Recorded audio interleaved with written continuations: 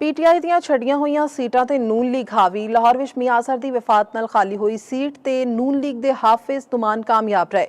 DJ Khan ਵਿੱਚ ਜ਼ਰਤਾਜ ਕੁਲ ਦੀ ਨਾਅਹਲੀ ਨਾਲ ਖਾਲੀ ਸੀਟ ਤੇ ਨੂਨ ਲੀਗ ਦੇ ਮਹਿਮੂਦ ਖਾਨ ਕਾਮਯਾਬ। ਸਾਹੀਵਾਲ ਤੋਂ ਨਾਅਹਲ ਹੋਣ ਵਾਲੇ ਰਾਏ ਹਸਨ ਨਵਾਜ਼ ਦੀ ਸੀਟ ਵੀ ਨੂਨ ਲੀਗ ਲੈ ਉੜੀ। ਨੂਨ ਲੀਗ ਦੇ ਮੁਹੰਮਦ ਤੁਫੈਲ ਜੱਟ ਨੇ ਸੀਟ ਜਿੱਤ ਲਈ। NA96 ਤੋਂ ਪੀਟੀਆਈ ਦੀ ਜਿੱਤੀ ਹੋਈ ਸੀਟ ਤੇ ਵਜ਼ੀਰ ਮੁਮਲਿਕਤ ਤਲਾਲ ਚੌਧਰੀ ਦੇ ਭਰਾ ਬਿਲਾਲ ਬਦਰ ਚੌਧਰੀ ਕਾਮਯਾਬ। फैसलाबाद की दूजी सीट ते भी नून लीग के राजा तानियाल कामयाब रहे। इस सीट साहिबजादा हामिद रजा दी नाअहली नाल खाली हुई सी।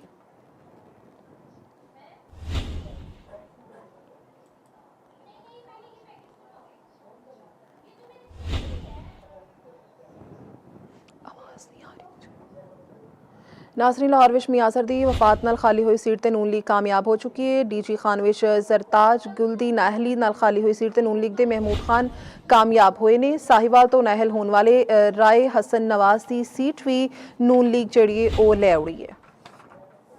नाज़रीन, पीटीआई ਦੀਆਂ ਛੱਡੀਆਂ ਹੋਈਆਂ ਸੀਟਾਂ ਤੇ ਨੂਨ ਲੀਗ ਹਾਵੀ ਹੋ ਗਈ ਹੈ। NA96 ਜ਼ਿਮਨੀ ਇਲੈਕਸ਼ਨ ਵਿੱਚ ਕੋਡ ਆਫ ਕੰਡਕਟ ਦੀ ਖਿਲਾਫਵਰਜ਼ੀ ਕੀਤੀ। ਲਾਹੌਰ ਵਿੱਚ ਮੀਆਂ ਅਜ਼ਹਰ ਦੀ ਵਫਾਤ ਨਾਲ ਖਾਲੀ ਹੋਈ ਸੀਟ ਤੇ ਨੂਨ ਲੀਗ ਦੇ ਹਾਫਿਜ਼ ਤੁਮਾਨ ਕਾਮਯਾਬ। ਡੀਜੀ ਖਾਨ ਵਿੱਚ ਸਰਤਾਜ ਕੁਲ ਦੀ ਨਾਅਹਲੀ ਨਾਲ ਖਾਲੀ ਸੀਟ ਤੇ ਨੂਨ ਲੀਗ ਦੇ ਮਹਿਮੂਦ ਖਾਨ ਜਿਹੜੇ ਨੇ ਉਹ ਕਾਮਯਾਬ ਹੋਏ ਨੇ। ਸਾਹੀਵਾਲ ਤੋਂ ਨਾਅਹਲ ਹੋਣ ਵਾਲੇ ਰਾਏ ਹਸਨ ਨਵਾਜ਼ ਦੀ ਸੀਟ ਵੀ ਨੂਨ ਲੀਗ ਲੈ ਉੜੀ ਹੈ।